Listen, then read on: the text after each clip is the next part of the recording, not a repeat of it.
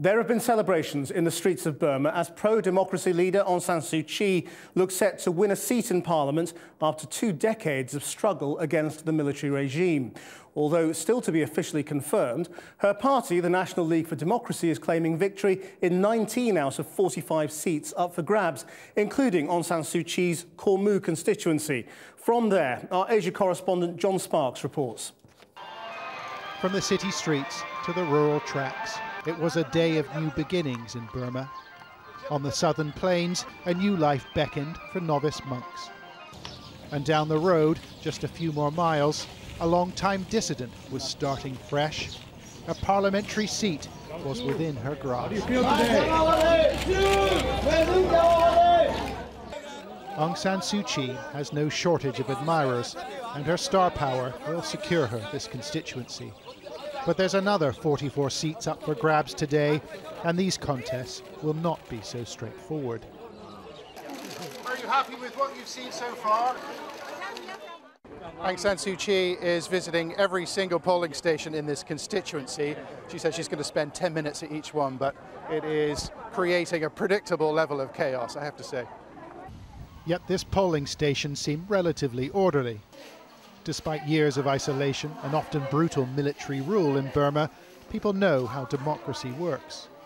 Although it wasn't working perfectly, an election monitor told me why. At first they said people didn't need to bring their ID.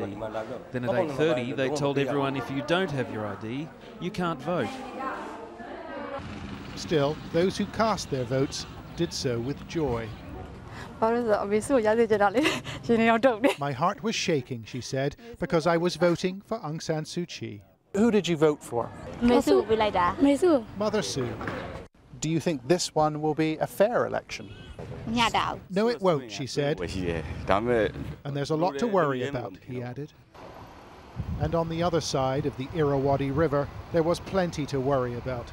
In Burma's biggest city, Rangoon. We went to a polling station in the heart of the city to find an unhappy crowd encircling an overworked election observer. Many, it seems, had been left off the voters' registration list. We all live in the same house, said this woman, and 3 are registered, but 3 aren't.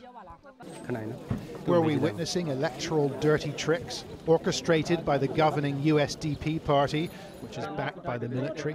Absolutely not, said the official organising the poll. People must be responsible for themselves. If they're not properly registered, it's because they're uninformed and they haven't educated themselves. Still, we were to learn of other allegations, this time about mass ballot tampering. We're about to meet a group of activists in this quiet suburb who've set up their own election monitoring centre.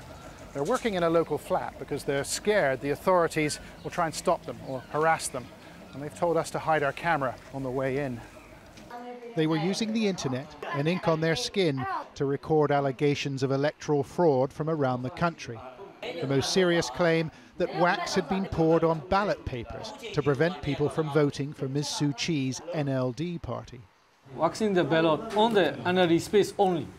So where people would tick the box for NLD, people have been dripping wax onto that space. Yeah. So that they cannot tick on there. So they can't tick that box? Yeah. You surprised? Yeah. It is a new one. This is a new one? Yeah. Mr. Myat too claims tens of thousands of ballots have been spoilt in this way.